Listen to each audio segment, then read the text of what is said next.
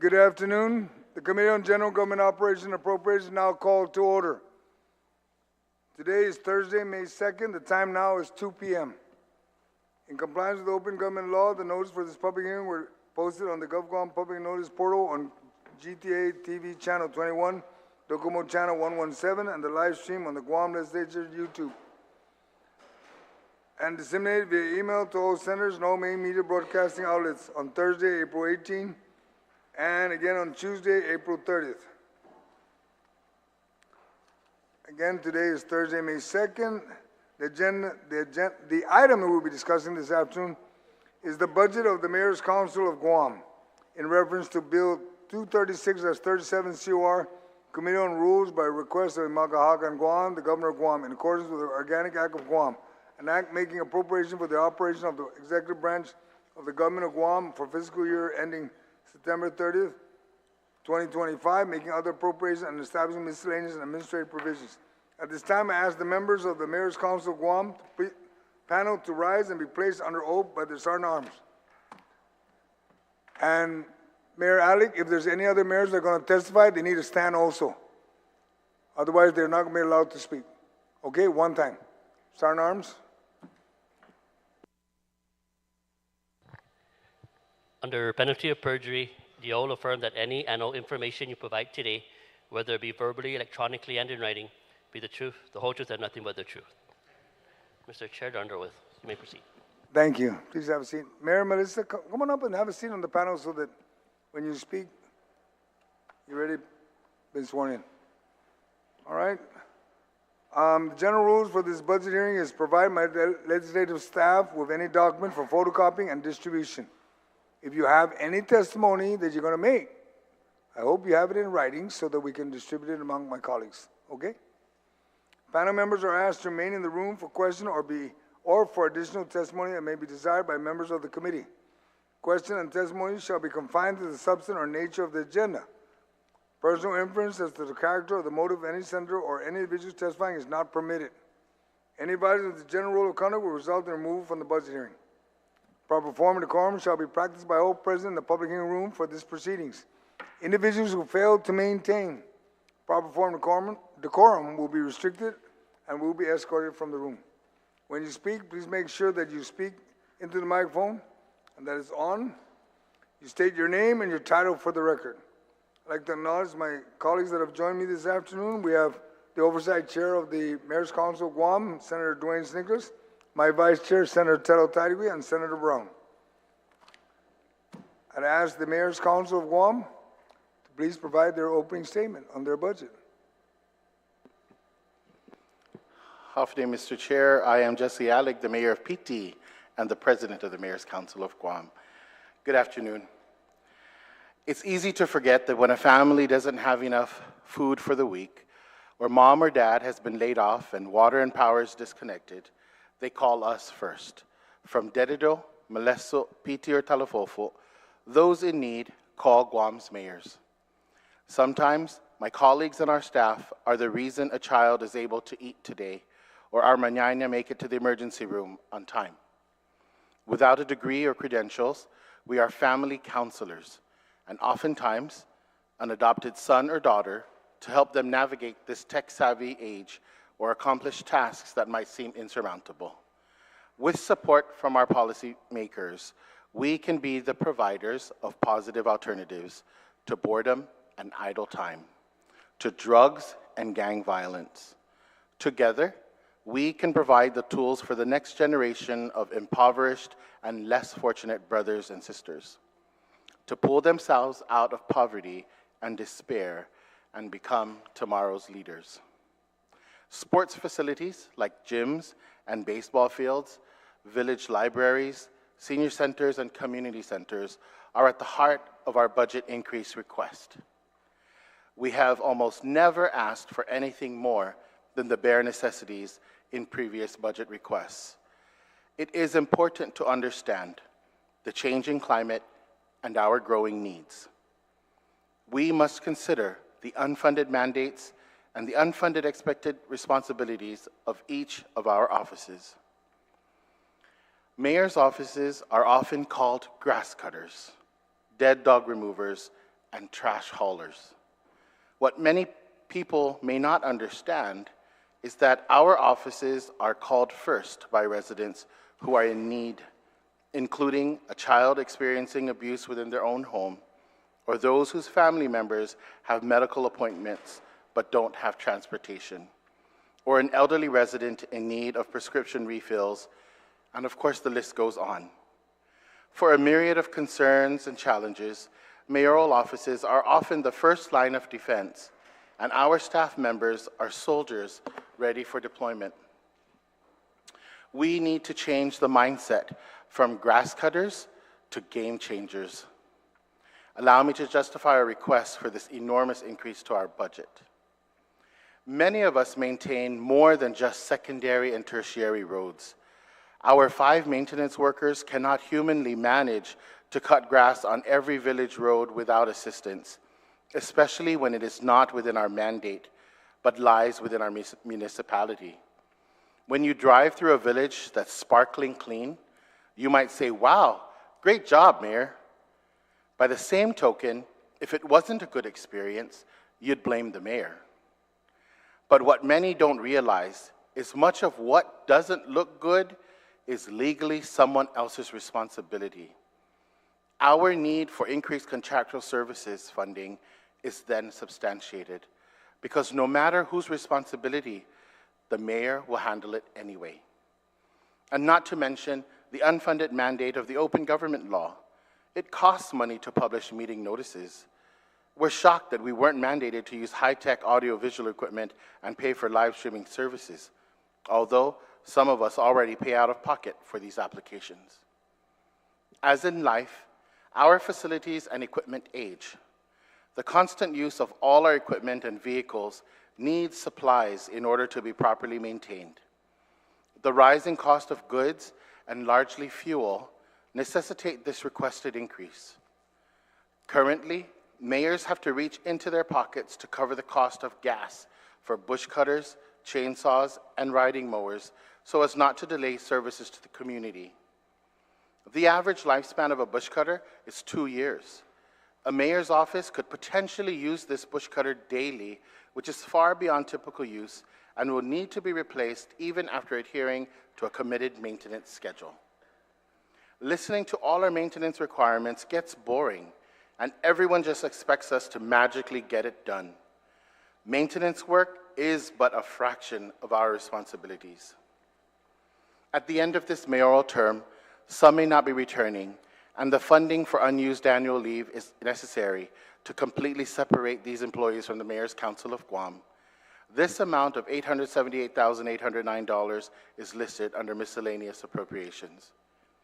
Moreover, it is imperative that we request your understanding and approval for continuing appropriation and prior year obligation authorization. With the implementation of the new financial management system and our intra-agency staffing challenges, the issuance of purchase orders continues to be delayed to this day. The current balances in each office have been earmarked and can be spent given this authorization. I'd like to point out that as the president of the Mayor's Council of Guam, I was invited to testify in Congress this past year on a bill that affects our villages. This fiscal year 2024 Budget Act did not allow me to use government funds for this trip to Washington, D.C.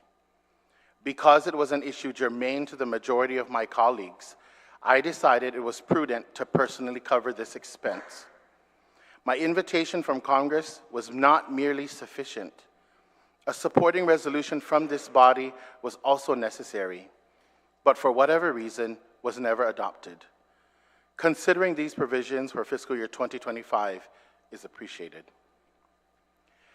The Mayor's Council continues to discern the best possible methodology for distributing our budget allotment to the 19 municipalities. This year, I solicited specific budgetary needs from each office. Their individual requests are reflected in our submission today. Therefore, we ask for a lump sum appropriation.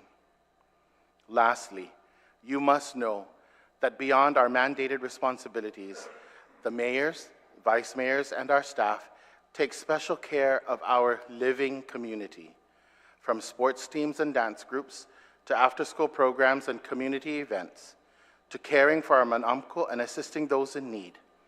The services and programs we facilitate are necessary elements to building a healthy culture of life in our municipalities.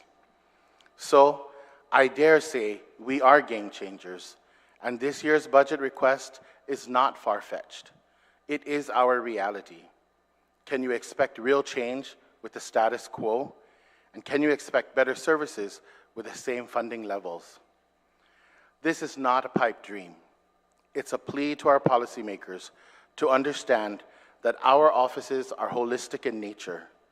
We care for the entire community, the neighbor, the family, the team, the park, and our land.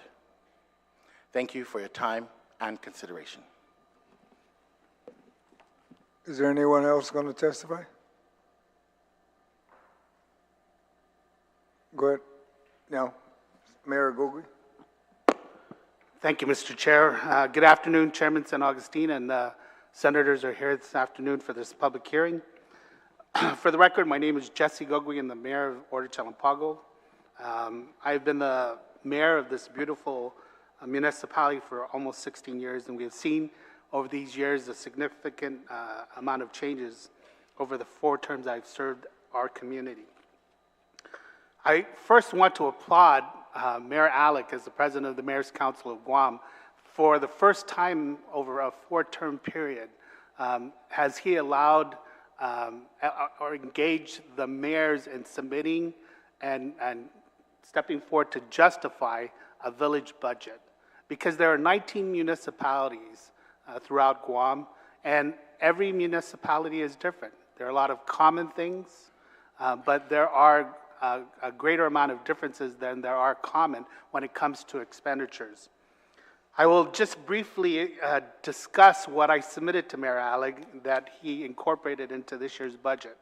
And so for just Ordot-Chalan Pago alone, my total budget request was $261,578.53. Now, that is the total budget that I had requested, and that's not including taking away the $150,000 that we annually receive from the host community premium benefits that has been blessed upon our village and the community of, or the municipality of I Magaʹhågan as a result of the solid waste that we currently house for this island.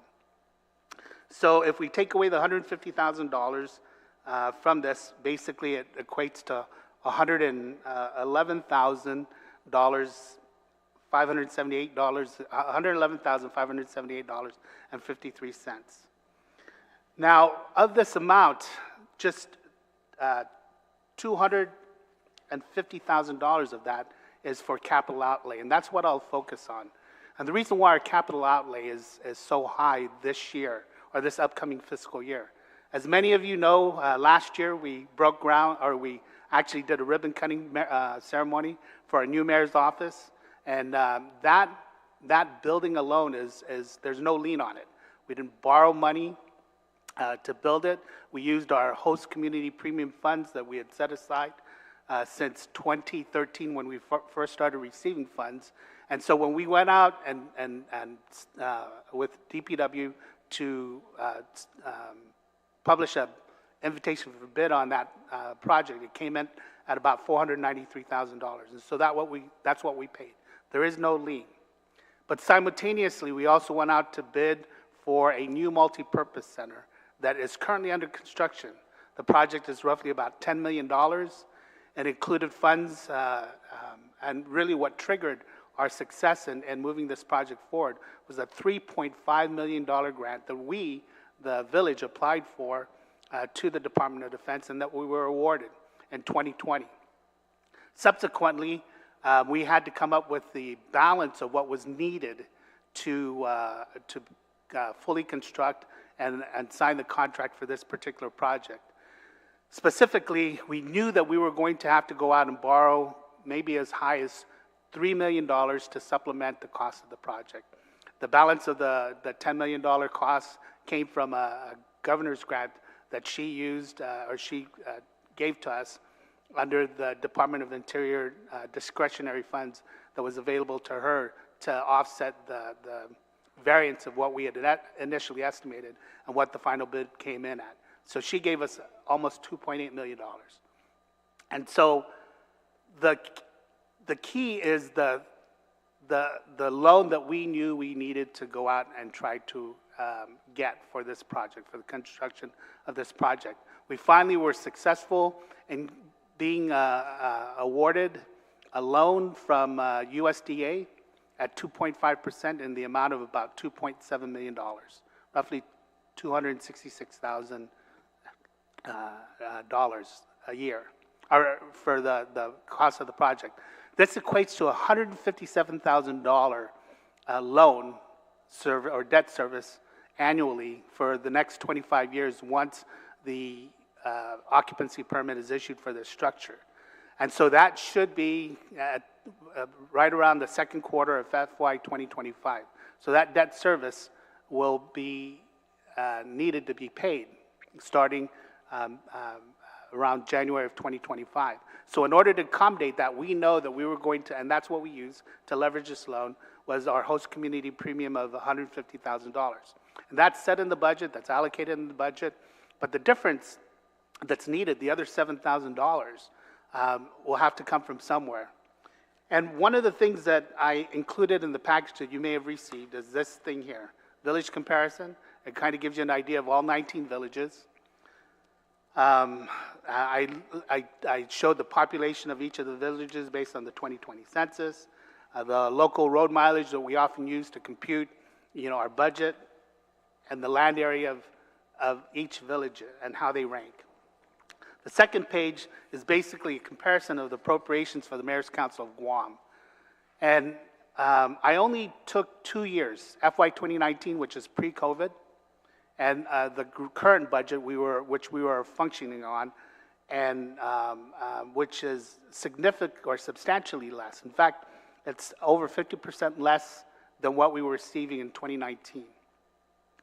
And so for Pago Ordot, you will see that in 2019, our operational budget, that doesn't include payroll, that does not include utilities, that does not include pretty much those two things, utilities and payroll. So power, water, telephone, and power, water, telephone, and payroll. That's covered at the Mayor's Council of Guam level. But the balance of what's available comes down and gets divided amongst the mayors, predominantly based on a minimum amount for each of the villages to operate on, and then whatever the balance is, then it's divided up based on road mileage. And so, because we are the 7th largest district in road mileage, obviously, we had roughly the 7th largest amount that it was appropriated, budgeted for the villages, the 19 villages of this island. But utilizing that same formula, our budget in 2019 went down to basically $53,176.64 in 2024. And specifically, that's a 51.38% cut, or 58% cut, in what we normally receive to maintain the village. And I think many of you know that as you drive around the village, because of this 50% cut and the operations of our all 19 mayors' villages, you've actually seen in most villages, more the larger villages than the smaller villages, about a 50% reduction in the maintenance of the villages. The grass isn't cut as regularly as it used to be. Trash isn't picked up as regularly as it used to be. Dead animals stay on the roads a lot longer than they used to be. And so the whole host of things that we were utilizing these funds for has been substantially cut. And so if you take a look at the last 2 pages, I wanted to include photos of what we were using, one of the things we were using contractually for the village of Pago Ordot. As many of you know, I'm sure many of you have received phone calls about roads. Mayor or Senator, my road hasn't been paved, and typically the response, if not answered by you, answered by your staff, has have you spoken to your mayor? Now, the paving of roads, we all understand, is predominantly done by Public Works. But, you know, with 19 municipalities to contend with, 19 mayors to support, that's a difficult task. So innovatively, what we did in Ordot-Chalan Pago is try to work with what monies we had in order to provide some kind of improvements, improvements to our gravel roads beyond the normal paving that DPW has been doing and is currently doing for our communities. And so the roads that you see that are graveled and then the after photos, that's recycled asphalt that we started doing back in 2009 when I first took office. And to this day, many of those roads are still in as good of a shape today as they were when we paved them with recycled asphalt however long ago. Some, you know, since 2009, and others as recently as 2019, 2020.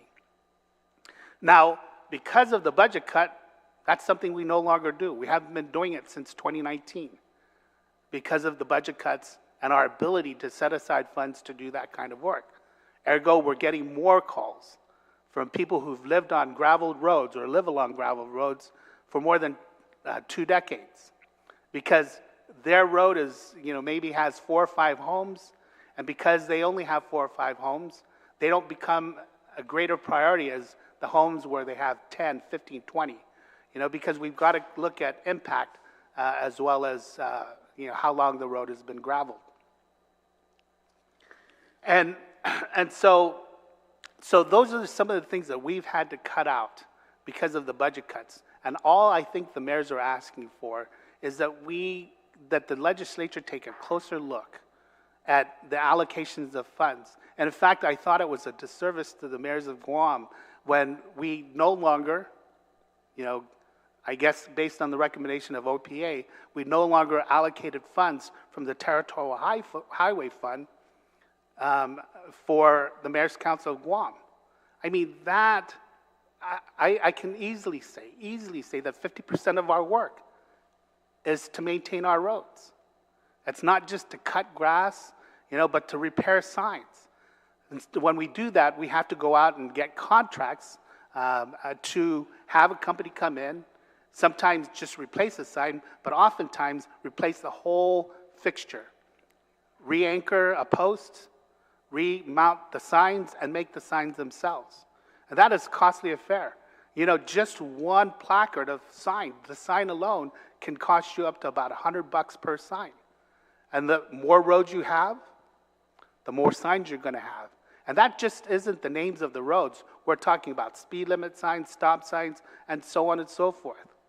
And that it would be great if DPW, Public Works, could do all of those things for all 19 mayors. But realistically, we know they can't. And so I really implore and ask that the legislature rethink that decision in cutting out the funding that the mayors used to get from the Territorial Highway Fund that we use to maintain our territorial roads. In fact, the roads that are paid by federal funds are only the routed roads. If you take a look at the 2009 Highway Transportation Plan, which outlines, or the 2008 Highway Transportation Plan, that plan itself talks about the roads, the federal roads, the routed roads that need to be worked on. And Public Works has done a good job, and they've been keeping on track to accomplish those targets. But the one document that we failed to remember that exists is the 2009 Village Street Maintenance Plan. The contractor who went through all of the village roads to take a look at all of the things that needed to be done, paving, signage, widening, that, and so on and so forth. That plan back in 2009 estimated that it would take the government of Guam over $700 million to do all of the things that needed to be done in that village street maintenance plan. For Ordot-Chalan Pago alone, it was $67 million. Well, we're not gonna get there anytime soon to accomplish those tasks. But anything that we can do to improve these roads and improve the quality of life of our people would definitely help. And so what you've taken away from some of us, and in particular, Ordot-Chalan Pago, is our ability to do that, to improve the quality of our life, along our streets for the residents of Chalan Pago, so they're no longer traveling over these Kaskalhu roads that have to be repaired and replaced, especially during rainy season, almost every other month.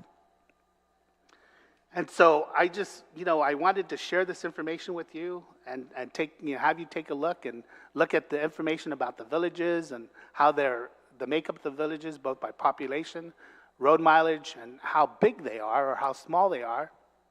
And then the budget comparison between 2019 and FY 2024, and how our budgets have been substantially cut. And so when you go out and look at, drive through your village or drive home and look through the villages that you drive through, and you see that maybe 2019 isn't, or 2024 isn't looking as good as the way the villages looked back in 2029. This is self-explanatory as to why.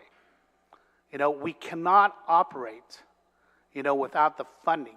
As a matter of fact, sometimes, especially with the larger villages, and even some of the smaller villages, will actually go out and contract to supplement our workforce, what we call our community maintenance workforce. Each village, regardless of size, is authorized. Under the Mayor's Council of Guam, only authorized 5 maintenance workers, to take care of all of the maintenance requirements of their community. And so I'm a numbers guy, so statistically speaking, if you take away one maintenance guy for whatever reason, he goes on leave, he gets injured, which is a common thing amongst the mayor's staff because they're out there doing potentially injurious work. You take away one person, that's 20% of your maintenance workforce. So there are times and occasions, including in Ordot-Chalan Pago, where we have to set up contracts, IDIQs with people who do grounds type maintenance and call them in to supplement our workforce. This year, we've been fortunate because of Typhoon Mawar. We have the non-displaced worker program that has helped augment our staff and do the work. So we're not getting as many phone calls, or many of us are not getting as many phone calls saying, hey, Mayor, you guys haven't been in here 3 months to cut our grass or to cut the vegetation along the shoulders of the roads. And that when they call you to tell you that we haven't been doing the job, well, have you spoken, the typical response is, well, have you spoken to your mayor? And they do. And we field these phone calls. But at the end of the day, one of the things I really hate telling people is that we can't do something because we just don't have the funds to do it. We don't have the personnel to do it. And that in order for this not to be the case, and for this body to support what you all call frontline people that are direct links to our constituents,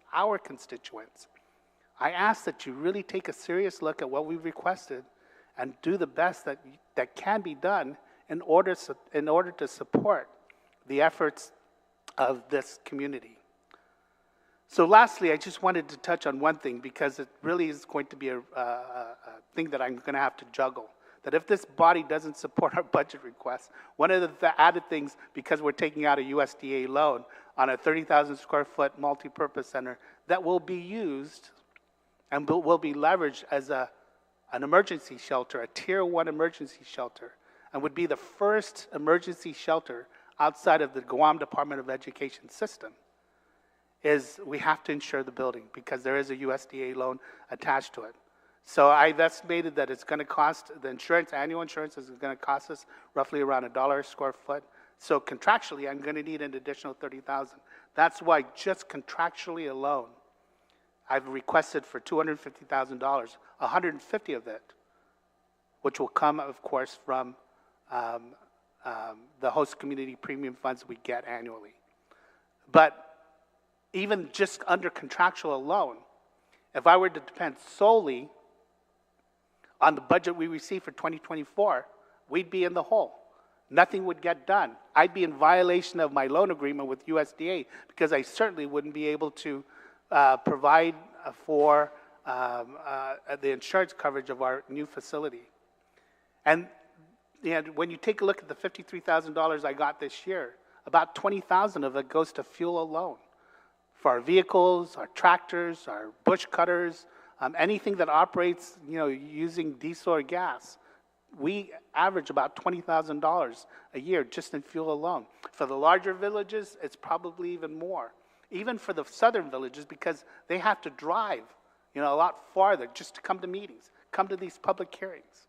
I can imagine that their fuel cost alone isn't much different from the other mayor's offices. And so I strongly implore, all of you and this body to take a look at what we requested, and that there is rationale and reason behind why the amount is so high. Things have not gotten cheaper. Things have gotten more expensive. And this body, based on the budget that was approved for FY 2024, has asked me to operate. I mean operate, because in my budget request, I didn't ask for any capital improvement, CIP funds. I just asked for operational funds. And this body in 2024 has asked me to operate with more than 50% of what we received in 2019, which meant that I could only get 50% of the work done. And I've had to explain that to my residents, and sometimes, humbly, because, they were accustomed to a certain level, a certain standard that came from all of the mayor's offices, which in recent years, because of our budget cuts, has not been, as something we've not been able to produce.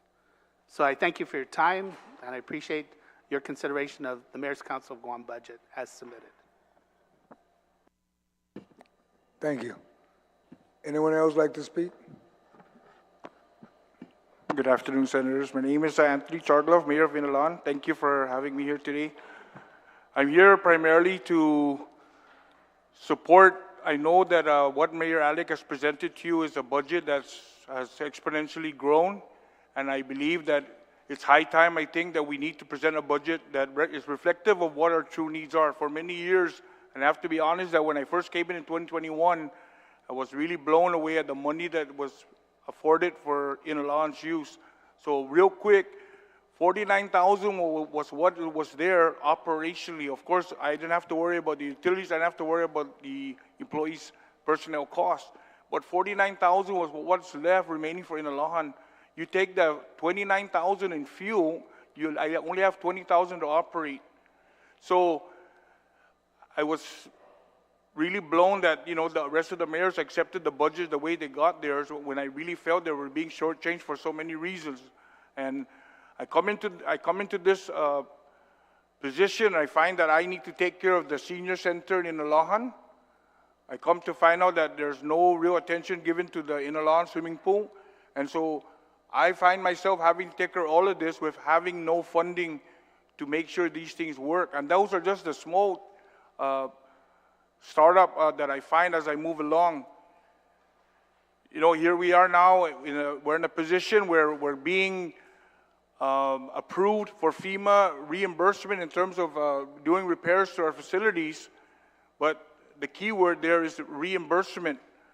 I need to have funding today to get these projects done, whether it be repairing the baseball field, the basketball field, and whatever other facilities that I own, before FEMA even considers reimbursing me back. How can you reimburse me something I don't have? And so this is why I've opted, and I spoke up at our Mayor's Council meeting, that we need to have a CIP funding that's going to be reflective of issues like this, especially as we move forward. We had a big meeting yesterday in my village regarding the feral swine, the wild pigs running all over the place. And I'm there, USDA is presenting to me traps that cost $4,000, $3,000, and $2,000. I mean, they themselves are only able, the Southern Water Soil Conservation were only able to purchase 5. I mean, obviously that's not enough to cover the entire island, so obviously I need to go and find even 1 or 2 traps, but the question is, where do I find the money for that? When I don't even have it right now, right?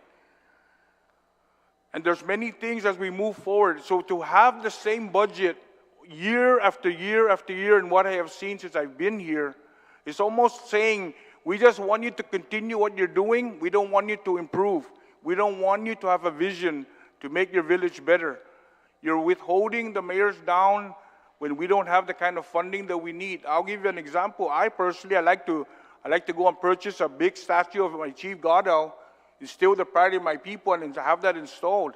That, I think, would be an iconic thing to have in Inalan. But again, that's money required, money I don't have. But we are here right now, and I'm hoping that we get more yays than nays when we're talking about an exponential growth in our budget.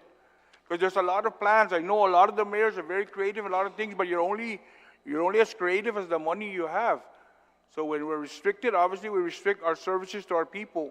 And you've heard Mayor Alec also say we're also the trash pickers, the dog collectors, whatever is out there. And you know, it's deep in our heart that we ran for a purpose, and the purpose is to serve, not to be served. So we're here saying, give us the funding that we need, the funding that we're asking for. What that does in turn, in retrospect to you, is that it makes your lives easier. You don't need to be receiving the calls about the dead dog or the broken roads or whatever. Give us the funding because we are the stewards of our own municipalities. There's nobody that cares more than Inalan than myself. Nobody cares more for PD than our President, Mayor Alec. So this is what I'm saying. Give us the resources we need, not necessarily to be successful, but to improve the lives of our people that are out there.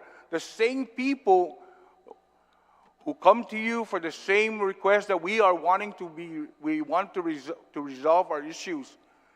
We believe in solutions, not excuses, results, not reasons. I know I'm really sick and tired of having to give some lame excuse to my constituents because I simply just don't have the funds. And I know in the back of their minds, they're saying, you need to hustle up and go get it. Just like all the other mayors are getting the same talk regarding that. So I know Mayor Jesse Gogui was saying that his budget request this year was something like $222,000. Inalan's budget this year request is $980,000. And I know coming from a very small village comparable to Dededo or anywhere else, but the dreams and the plans that I have is huge and big, and I want to get it done sooner rather than later. Like I've always said, a budget is nothing more than your plan, your vision for what you intend to do for the year. So obviously at 980, I have a lot of plans. One of the big challenges that we have down south is the heavy vegetation, whether it be flood, whether it be protrusion coming out. I want to buy a side cutter that costs $280,000. That's at this point, that's cheap. Because I've heard of DPW, they're now up around the $300,000, $400,000 range. So $280,000 for that. We also want to get the backhoe. You know already that every time there's a rain event, Molesto gets all of the backhoes and everything that they need down there simply because they have a much more severe situation. But to augment and to supplement what I need, I'm saying we need to get a backhoe also down there. Likewise with the dump truck. How many times have our people have died? I mean, somebody dies, they need a choral request, but I'm getting this, I'm sorry, we don't have a dump truck. Or I'm sorry, I don't have the backhoe, it's deployed somewhere else. Again, these are the same repetitive excuses I'm hearing time and time again. So obviously to resolve these, then we need to have those equipment, and if it has to be shared, then we'll share it down south. Well, at minimum, we need 3, one for the north, one for the central, one for the south. Likewise with the backhoe and likewise with the side cutter. Those are huge amounts. Yes, they're very costly up front. And they're anticipated to last for anywhere between 20, 25 years if we have the right maintenance. And as we know, and as we've heard, even from you senators here, government is not good at maintenance. Well, truthfully, I believe maintenance can be implemented, but they just were never given the funding. I don't just speak for the mayor's office, I'm talking about public works and everybody else. Given a brand new building, but no maintenance monies was ever identified or granted for them, right? So here we are again. So I'm a big thing that CIP has to be a big part of our budgeting, something that I haven't seen in the last, well, since I've been the mayor, then I've seen others from the past. No one has ever budgeted for CIP funds. So again, I say, you know, it just blows me that the mayors, for whatever reason, make it out every year with so little money. But imagine how much more can be accomplished if they're given that much more. So again, I plead to all of you senators, I please ask you to please consider, because I think what Mayor Alec has done is put together a comprehensive, a very collaborative effort in putting this budget together. No longer are we wanting to put just a lump sum and throw it in there. And for those, many of you that don't know, the way things work is that we divvy it up based on the road based on the road mileage. So what does that mean for Mayor Omatek? His road mileage will never change. But if his population increases, is it still going to be divvied up on 5 miles? Very unfair.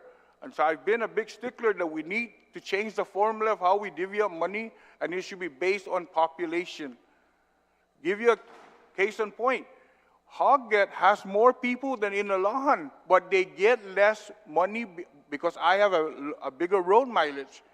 I am willing to suck up the difference in terms of making it right. Do it via population. Because at some point, Inalahan may exponentially grow. And I want the budget to be reflective of it as it grows, right? So again, I mean, you look at Agustin. Agustin has less populated than Agana Heights. But because Agustin has more road mileage, Agustin gets more money and Agana Heights gets less. Again, very unfair. So there's been a lot of problems, honestly, with the mayoral budget. And this is going to take a long, comprehensive time to fix all of this. But I'll give you one other example that I don't like. I come into this organization, my staff, the newest staff on board, is getting the same as Agana Heights. Is that fair? That Agana Heights, who's been there for literally 32 years this year, the staff that has been loyal and committed to him is getting no more than my staff. I just came in. The other thing is those staff that decided to stay there for the last 32 years never got an increment. So we should really look at giving our staff, if this staff is loyal to me for 4 years, give them an increment, at least one increment. So progressively, out of 28 years, that staff would have gotten 7 increments or $7. Very small to pay for somebody's loyalty and all of that, dedicated to you and the community. Like I said, there's a lot of problems, and I want to say more, but we'll go ahead and shorten it now, and we'll definitely do a round table if we have to, but I appreciate your time. Thank you. Mayor Tavares, would you like to speak for Dededo, the largest village on the island? Yes, I would like, I'm also here to support the Mayor's Council budget request. I am Melissa Tavares, Mayor of Dededo. Last year, almost a year ago, we were faced with a typhoon, a very strong typhoon that really devastated our entire island. And after 20 plus years of not having a storm that strong, we saw a lot of damages, to include facilities that are under our purview. I just met with our FEMA representatives from the recovery staff, because we're ready to start sending out, getting our price quotes and getting our requisitions ready. However, I have one problem with typhoon repairs that were done to my Estumbo gym, which is a tier 2 shelter, and we got a grant for that through GURA to make that tier 2 shelter. So repairs were done to the Estumbo gym after Typhoon Pongsonghua. And there were some damages in the last year during Typhoon Mawar. I'm not going to be able to be covered because we did not have insurance on the facility. And that's a $29,000 repair that needs to get done. I have funding sources in other places where we can, be creative. Like the mayor's all said, we're all creative, and to supplement those repairs. But going forward, for all the other facilities that we need repaired, which will happen very soon, so that we can start using these facilities again, our sports facilities, our senior citizen centers, our office. Once those repairs are done, we also need to insure. And to take the money that we're given after the budget is passed to take out of our operations budget and purchase the insurance, of course, is going to really take a chunk of our funding from our operations. So, I support the request that Mayor Alec has set forth. However, I also want to talk about heavy equipment. 15 years ago, we bought a backhoe for the municipality of Dededo. There were 3 backhoes bought that year. It was Yona, Dededo, and Jigo. We're still surviving. What's important is maintenance and operators. Make sure your operators know what they're doing, and make sure that after so many miles or hours, maintenance is done. Many of these heavy equipment companies that service these equipment do not take government purchase orders because we don't have a good support, no good reputation for paying on time. So thankfully, we have our non-appropriated fund and a very good supportive community that understands that when we need to repair and buy parts for the backhoe, that we're using our non-appropriated fund, and we have a good supportive municipal planning council which knows how important it is. So maintenance on heavy equipment and having the proper drivers, operators that are trained is very key to keeping heavy equipment going in the communities. And so, of course, we all are very creative. We have our festivals, and I have a weekend festival every Saturday and Sunday morning, which provides us with the additional funding, supplemental funding that we need to operate in our village. However, sometimes, we're really digging deep into our pockets when we're enticing more vendors to come and use our facilities so that at the flea market, so that we just replenishes the funds that we use on a weekly basis. So, and we do our quarterly reports. I know that you see that every quarter when we send our copies to the speaker and she distributes that we do have, we're ready for an audit. It should one be needed to be done because we have our books in order. But a lot of times, again, our funding is equally distributed. After the typhoon, this body was gracious enough to give us all $100,000. It took me a little over a month to finish my $100,000. It took several smaller villages several months to complete their $100,000. But the bottom line is we're very thankful for that because we were able to hire heavy equipment with operators and pay for disposals in some areas that we were being charged for disposal. But that was important because having 5, 6, 7, up to 7 maintenance workers is not cutting it for our maintenance workers to do the kind of cleanups that we had to do after the typhoon. So I am in support of Mayor Alec's request. We're going to have several turnarounds in the Mayor's Council, and I just thank this body for giving us the opportunity. I've been here for almost 24 years, and I would like to see a happy exit and making sure that I leave whoever behind a good slate of equipment and things for whoever's going to take over after me. Thank you. Thank you. I'd like to also recognize Speaker Terlais joined us this afternoon. Now, Mayor Alec, it was a couple of years ago, right? We sat down in our office. We discussed about the Territorial Highway Fund, exchanging it for general fund. Am I correct? Correct. And that happened, correct? Okay. Correct. So the discussion of taking it away, no, you didn't lose anything. No, the mayor's council never lost that, okay? You maintain it. You still do. Next one is, how much money in ARP money do you have left? About 8 million? No, it's about 5 million. About 5 million? And where's it going? So the 5 million that will pay for the vehicles, the 21, I believe it is. If I'm correct, it's 21 vehicles. It could be more. It's going to pay for computer hardware for all the mayor's offices, including our admin office.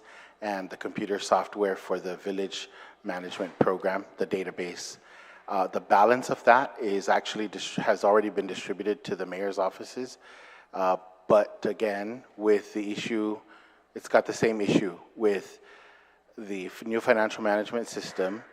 But on top of that, we were waiting from DOA, we were waiting to receive an authorization to use the fiscal 23 purchase orders. And so since November of last year, when I found out that we were not given the authorization, I wrote DOA to request for the authorization to use the POs that we had in place. And we only received notice, I believe it was in April, just last month, that we could no longer use it and that we would have to deobligate. And so understand, senators, that it doesn't take a day to deobligate a purchase order. Each mayor has to go and write a memo for each of those purchase orders that we already had encumbered and submit it to our mayor's council office. They have to work with DOA to de-encumber that purchase order. And then the mayor has to resubmit another purchase order to use that money.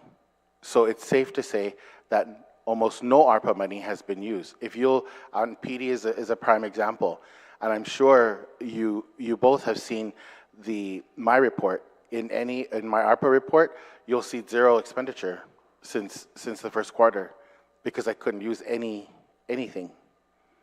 And so that's why there's that balance for the first tranche. You couldn't use anything because of why? Because if they were all encumbered under purchase orders, we have to cancel the purchase order.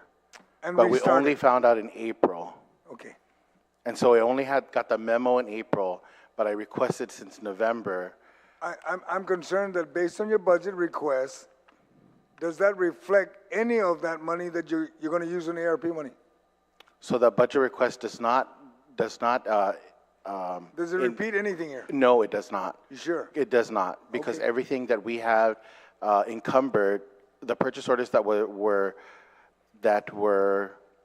requested were already earmarked for something, but we needed the permission to use it in fiscal 24, which we did not get.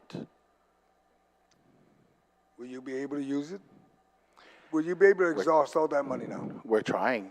We are really trying to do it. So like I said, it's a process. We have to submit the request to de-encumber the purchase order, every single one of them, and then we have to do a new purchase order. I'm just concerned, do you believe you can finish it before the fiscal year ends? That's what I'm concerned. I'm concerned about it as well. Huh? I'm concerned about the same thing, because we had a big problem with the financial management system, the new one. Understood. So we just, 2 weeks ago, senators, we just got our email addresses that will allow us to access the financial management system, which allows us to process personnel and purchase orders. So I have mayors waiting since December to hire. So you're going to see vacancies, right? Well, we couldn't hire anybody, and we couldn't properly terminate anybody up until 2 weeks ago, because we were waiting to get our credentials. And that's the truth. We couldn't do anything. So the mayors are No, we understand that, because there was an oversight on it, on DOA, on the FMS. I'm just more concerned about the ability to spend it. I was told you got $8 million in ARP money, and I want to make sure it's all spent. I don't want to make the excuse. Wherever it needs to go. And then on the same token, I do want to be clear about that. I told you about the first tranche. The second tranche is $8 million, which we have not received. So that $8 million, again, that $8 million is going to be, and I'll send it if you need, but I did request an expenditure plan from each mayor for the $8 million. And so we divided it roughly to be about $300,000 per village. So every village has a plan for the $300,000. So as soon as we receive it, that plan is executed. okay, that sounds good. Okay, on the other part, But that's not inclusive of this budget. right? So it doesn't account for anything here. It just shows a copy of your plan, and then we'll Sure. we'll vet Sure. it, and we'll confirm that, okay? Sure. I trust you, Jess, you know, you're gonna say that, but we'll see it, you know. Yes, for sure. When it's written, then we'll know. And then I do want to assure you, though, you're going to notice the equipment amount. If a village or a mayor had requested for equipment, heavy equipment, of course, the stipulation is that there's a maintenance plan before that purchase order is executed. Great. Because Mayor Savares said it, and perhaps one of my other colleagues has said it, but that has always been our problem. And for as long as I've known Mayor Savares, she's had that issue with her backhoe, or dump truck, I believe, whatever it is. But I'm not a mechanic, but I hear about her hydraulic everything, and so I get it. And so I do want to assure this body that a maintenance plan will have to come with a purchase of any kind of heavy equipment if we're granted that opportunity. Okay, on another issue, you remember, I think it was last year or 2 years ago, Correct. the director of OFB visited the mayor's council office, Correct. and they tried to present where we're gonna break down the budget per village. What happened there? Can you tell my colleagues that nobody cared for it? So nobody cared for it as an individual budget, or I don't recall what the plan was. I think it was based on population. Oh, It that's was the to break- problem. Remember, it was to break it all down, and exactly what Yeah. Mayor Chocolo brought up. And what my concern is that we want to work with all you mayors, okay? And I don't believe, and I hear Mayor Chocolo, doesn't make sense. Okay, you got all these roads, but you hardly have anybody. Understood, you still need to fix the roads. But when you have an area that's so populated, it doesn't match up. Sure, one day maybe some of those villages may grow in population, but it doesn't still match up. And I just need the mayor's council to come to some agreement among all you mayors of exactly how it should be distributed, because it's never fair for Dededo to get the same as the smallest village, Agana. Okay, and it doesn't work out. So- but I need you folks to sit down and come to an agreement of some sort so that my colleagues can see how you want to distribute it, and then it makes sense. Because right now, I know it doesn't, and I know it's a headache for you. When you sit down, you're like, okay, I'm going to give Dededo 100,000, Agana 100,000, like Mayor Chocolo said. But 200, 300 people, something's just not working out. The math doesn't match. And we want to make some sense to it. Because when Mayor Guåhan says he's got to make sure he covers the insurance for that new building, great building. We want to make sure that's covered too. So, Senator, Mr. Chair, that's what this budget reflects, is individual village requests. It does. It does, The 19. yes. Okay. Then what we'll do is we'll massage it, we'll take a look at it again, and you're talking about this pack, right? That, I just want to make sure. I'm going to Me too, I massage wanna this, make and sure I'll reach out to don't- you. we want to make sure na mga Binasuguro ang bilay na dinansya. What's that one? Is that this one? This is the budget request, Yeah, the 19. It came up to Yeah. 19. right? You want the issue I got is that, we normally when we kick out a budget, it's lump sum. Then it becomes your problem. But we got to fix this right, because every time it becomes the mayor's council's problem, it becomes a problem to us. Because why?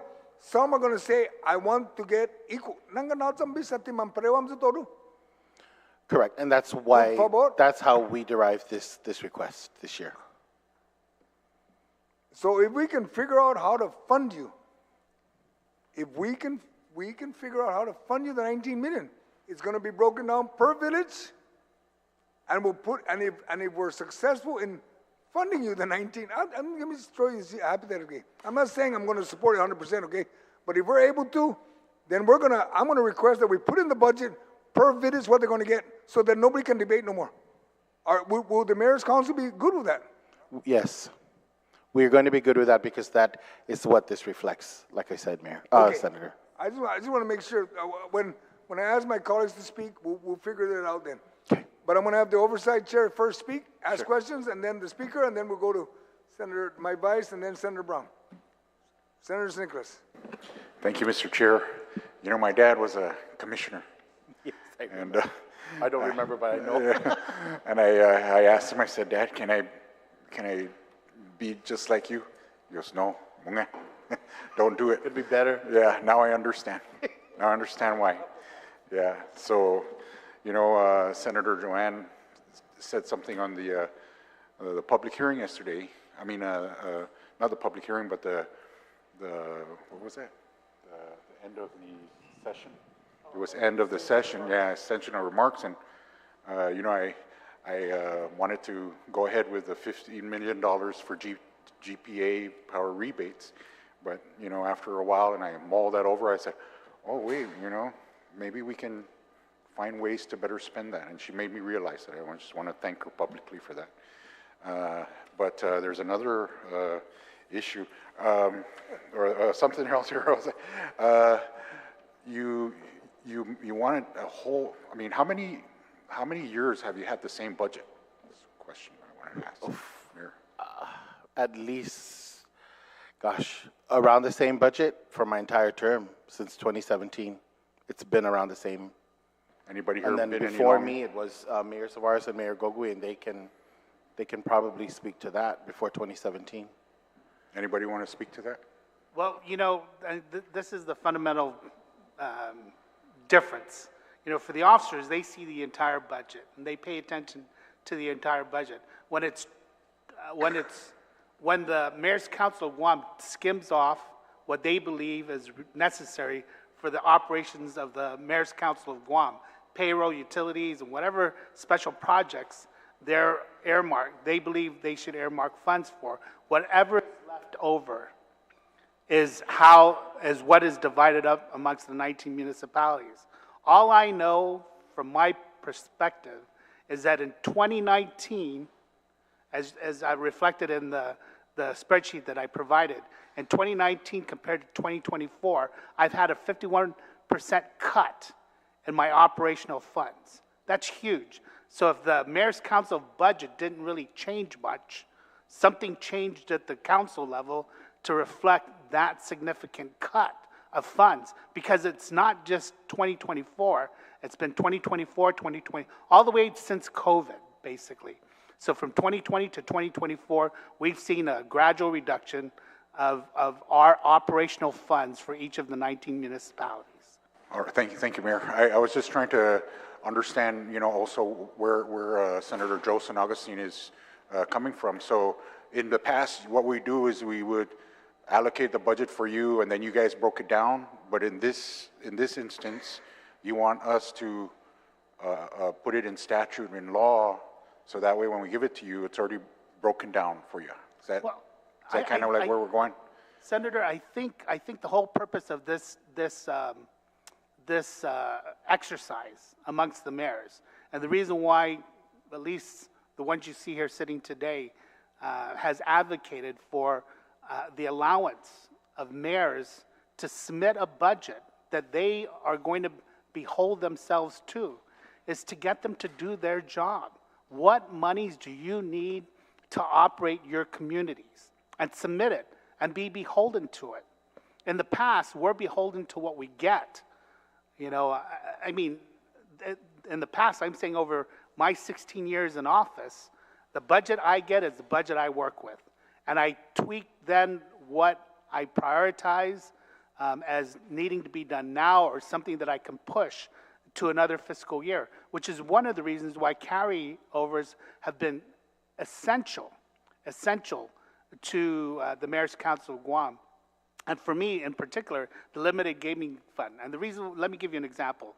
Recently, in 2021, we just replaced all of the stadium lights around our baseball field. Our baseball field is a baseball field equivalent in size to the Paseo Stadium. It is not a softball field that you find in most of the communities. It's a true size. There's 8 stadium lights around that baseball field. And so in 2021, we had those stadium lights replaced. It cost us almost $100,000 to replace those stadium lights. But nobody budgeted me for $100,000 to do that one project. So over time, what I've done is I've allowed the carryovers and my limited gaming funds to reach a point where I could say, now I can do that project.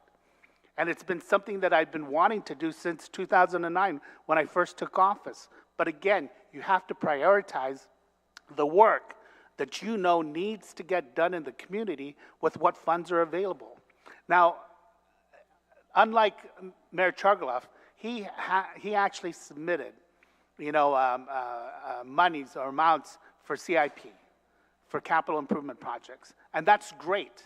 I didn't do that this year only because I've got this $10 million facility that I need to stand up and operate and make sure that I can not only operate it, but I can maintain it. Once that's done, then I say, okay, from a rational point of view, I can move on to the next project because now I know what the balance of my resources are and my funding is to do the additional capital projects that I want done in the village. If they're small, that's all well and good. But we're not talking about, $10,000, $20,000, $30,000 projects. We're talking about projects sometimes in excess of $100,000. In fact, the same thing happened, and to our good fortune, we did have the first tranche for the APPRA funds, and that was $100,000 that was allocated by the governor to each of the individual mayor's office. And so we got that 2 years ago, basically in 2022, I think it was. Yeah, two years ago. So what's been difficult for us with regard to CIP funds is we're competing with current construction levels of construction throughout this island, predominantly the military buildup. Finding contractors that can perform the work at the prices we can afford to pay is a challenge. So the next thing I've been working on, besides, after the replacement of the stadium lights, was the replacement of the fencing around my baseball field. And we're talking about roughly 1,700 linear feet of fencing. We went out and costed in 2022, the price to replace that fencing, it ranged right around $100,000. We've been trying to get those contractors to validate their bids, but some of them don't want to do it. He says, Mayor, you said you were going to do this 2 years ago, and we don't want to do the work to revalidate our bid, only to find out you're going to have to wait another year. So the leverage is that I'm telling people we've got to spend our monies this year. It has to be spent by the end of this fiscal year. So it will get done. I just need to be able to get the quotes that's required from us by the Department of Administration and GSA in order to put that thing out to bid. Because of the fact that the project is in excess of $50,000, it will have to go out for bid. And that's an additional 2-3 months before we actually see any actual work being done. Now, the $300,000, hopefully we'll be able to find contractors to do the work. But we're not talking about work that's $10,000, $15,000, $20,000 where you can get easily small contractors to bid on. It's just a matter of making sure that they have a vendor ID with the Governor of Guam so that they can actually do work for the Government of Guam. Because not all contractors have a vendor ID with the Government of Guam. So, the complexity is huge. And I guess in comparison to, you're a small businessman, right? Small businessman. But if you think about the requirements you have as a small businessman, accounting, maintenance, all of the different aspects of running a business, you're no different from the requirements of some of the larger companies. Because you still have to do your payroll. You still have to do your accounting, et cetera, et cetera. So the challenges, because you're small, become tenfold because you don't generally have the resources to get all of that work done. A lot of times you end up doing it yourself, similar to what we do in the villages. We end up doing it ourselves because we just don't have the resources. We're not large enough. We don't have the manpower to get all of that work done. Even going out and getting quotes, calling on the phones, actually going to people's place of business and say, I really need this quote from you. And if it's a no quote, then just, can you fill out the form, sign it, and say no quote? So that we can comply with the procurement laws of this government. And our procurement laws are not easy. They're not user-friendly. And so, and that's just the reality that all of us face as mayors. And all agencies face, just because we're government. And I understand that. It's like Mayor Savara said, if they want to audit me, I'm prepared. I'm ready to go because I can say that I look at every penny and make sure it's properly accounted for. If I didn't, we would not, I guarantee you, we would not have been successful in obtaining a USDA loan, which is typically reserved for the smart people. It's all of our educational institutions that normally get granted a USDA loan within this government. University of Guam, GCC. I mean, who would have known that we could provide the information and show the financial prowess of a mayor's office where they said, everything's in order, we'll go ahead and loan you some money at a low interest rate. Not easily done. But, you know, it takes time, it takes patience, it takes, you know, persistence. The bottom line is that this body, this government, the executive branch of government, asks a lot of their mayors. And we want to perform to the standards that is expected, not only of this government, but more importantly, our community. But in order to do that, you have to have resources. You don't have the resources, you got to push it away because there are other things that need to get done. Thank you, sir. Yeah, it kind of breaks my heart every time, you know, I hear that everybody says, call your mayor. It's like that's the only solution these days is, you know, just call your mayor. Mayor Savaras, madam, how many buildings in the municipality do you take care of? And maybe off the top of your head. So I have 2 senior citizen centers. I have a Machechi Community Center, which is housing the adult daycare. And the Mayor's Council is no longer responsible for adult daycare. They're in the process of giving it to a vendor. However, because of the Attorney General signing on the contract, Division of Senior Citizens Department of Public Health has actually taken that under their wing until they can get over that contract signing for this is the adult daycare and dementia. So I'm housing that operation. I have the Estumbo Gym, and let me tell you a story, and I told this to the superintendent, Dr. Swanson. The Estumbo Gym is actually owned by the Department of Education. In 1998, the Department of Education built the Estumbo Gym with Department of Defense funding that DOE had at the time. But because it was built in an area where only an elementary school was, they turned it over to the municipality, which was at the time Mayor Rivera. Mayor Rivera did not like the location because he wanted the gym to be built between Maria Ujoa and Benavente Middle School. So he didn't. So for a year and a half, it was not operated. When Mayor Duenas and myself came in as a mayor and vice mayor in 2001, we have an MOA between the Department of Education and the Dededo Mayor's Office, where the Dededo Mayor's Office has full control and of the use of the gym. So we pay all the utilities, power, water. I was able to get a grant. We maintained the facility. Now, if DOE had maintained it, it would fall apart, right? As we see their maintenance, history, right?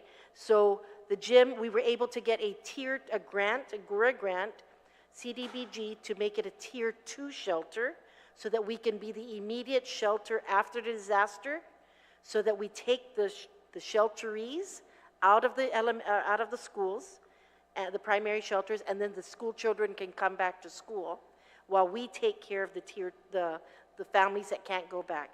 So we were able to get a grant. It is a Tier 2 shelter. So we've maintained, since 2001, we've maintained, using our funding, the Mayor's Council pays for the utilities, and I made it very clear to Dr. Swanson that if this was still DOE property, it would be falling apart like their schools are, right? But we make sure that that facility we keep and maintain so that the community can use. It's been tough for the last 2 years because we're It's the home court and PE facility for Astumbo Middle School, and it's their home court for all their home games.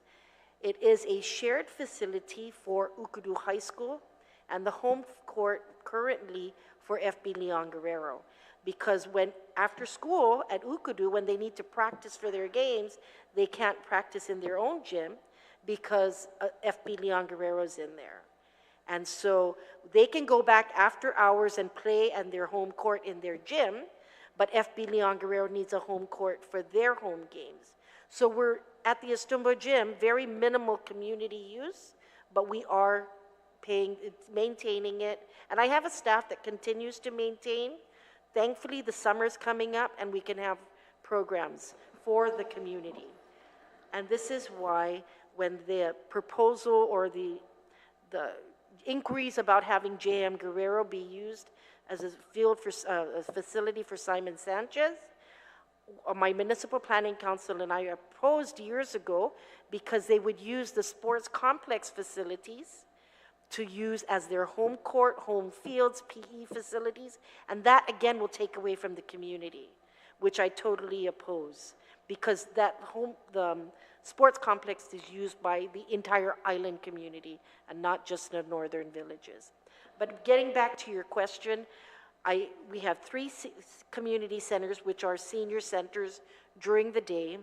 We have the Astumbo baseball field and basketball court next to the Senior Citizen Center.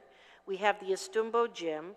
We have our office and all the Lenchuk Park facilities there, which we are building. We're almost complete with the outdoor basketball court gym. We have a tennis court in the area. We have maintenance of the Astumbo Gardens baseball field and basketball court, an outdoor facility. And then we are co-caretakers of the Dededo buffer strip as well. So all of that, with all your other responsibilities and everything else, plus all of that again, and you get the same budget Yes. The only thing is, as everybody else. Again, it's based on whatever year's road mileage we're using. Like Mayor Gokwi said, sometimes we're using the 2009 road mileage, then we'll go to a 2000, what was the latest, 2017 or, no, there's 2009 road mileage is still what we're using. And of course, 20,000 across the board, then we go up. Most of our other special funds is equally divided. But again, if Chalan Pago's fuel bill for the year is 30,000, mine will be over almost 40,000. So. Thank you for that, ma'am. Mr. Chairman, I have 2 more questions, I think. You mentioned non-appropriated funds. How do you generate that? And for this year, how much was generated and how much have you used? We generate through our non-appropriated funds, we generate it through the funding is coming in from our Dededo flea market operations, and it's $10 a space. The spaces are 16 by 16 spaces per day. So Saturday and Sunday, if you get 1 space, it's $20 for the weekend. And that's the only thing that we generate funds for right now. We do not have a fee schedule to rent out any of our facilities or any of our basketball courts or baseball fields. Maybe off the top of your head, you can tell me how much you generate? About $8,000 a month. $8,000 Yes. a month, okay. And so not everybody has non-appropriated funds? No. Oh, okay. So yeah, I'm just trying to figure out, because I mentioned this to the president, that we need to find a true funding source for you all, somewhere where that's adequate and can generate funds so that we can bring some equity to the mayors and their services they provide. And I think I have one more question. Maybe Mayor Adlig, you might want to answer this. Picking up the dead dogs on the road can be a biohazard. I think so, and maybe to the health of your safety of your crew. And we all laugh about it and joke about it. And I wanted to, maybe you can illustrate for us, how do you do a removal?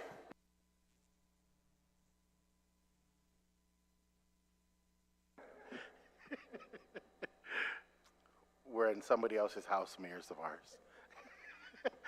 Well, so are we trying to prove that it's hazardous? Because I'm going to tell you that for me, it is hazardous. Of course, you have gloves and you pick up the dead animal in whatever form it is presented to you, and depending on the situation, it's placed in a trash bag and brought to the dump, and that's how that's supposed to be taken care of. Have you been to the dump? Because depending on which dump you go to, I believe it's very hazardous there. And then, of course, but the definitions of what hazardous pay can cover, I think, might be the issue. It might. I have to say that I think every mayor will attest to the fact that our workers, and maybe even some of our office workers and ourselves, do or perform hazardous work throughout the village on any given day. Yeah, I'm just asking because, you know, when it happens to me in my yard or whatever, you know, I mean, it's horrible. It is. Yeah, and well, and then we have to contend with pigs now, and pigs are 300 pounds, so you know it's not the little cat or the little dog anymore. There's pigs. Even pigs now? Oh, pigs for years now. Okay. Feral pigs are a big problem. Yeah, I'm not against your increase in budget. When I was a customs officer, time and time again, the director would come down here and ask for an $8 million budget year after year after year, and that's all he got. And I just don't understand how he can manage that. How can you do that? And you know, you don't have to tell me that. You know, if you're running on the same budget for years and years and years with the rate of inflation and the cost of everything going up, you know, how can you operate like this? It's just unfathomable. But maybe, Mayor, you might want to add something to that, Mayor Chargloff. Senator, if I could just also finish that, as far as the hazardous and the animals. So animal control, this body may have been able to enable them to hire more workers, right? Animal control workers. That has worked for them.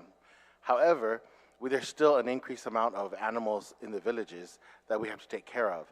And so it's not only the employees, but also the supplies. So when we talk about the increase in supplies, we have cages, and cages don't last forever. And wild animals are wild. They're not domesticated. So they're not going to just want to waltz into the cage.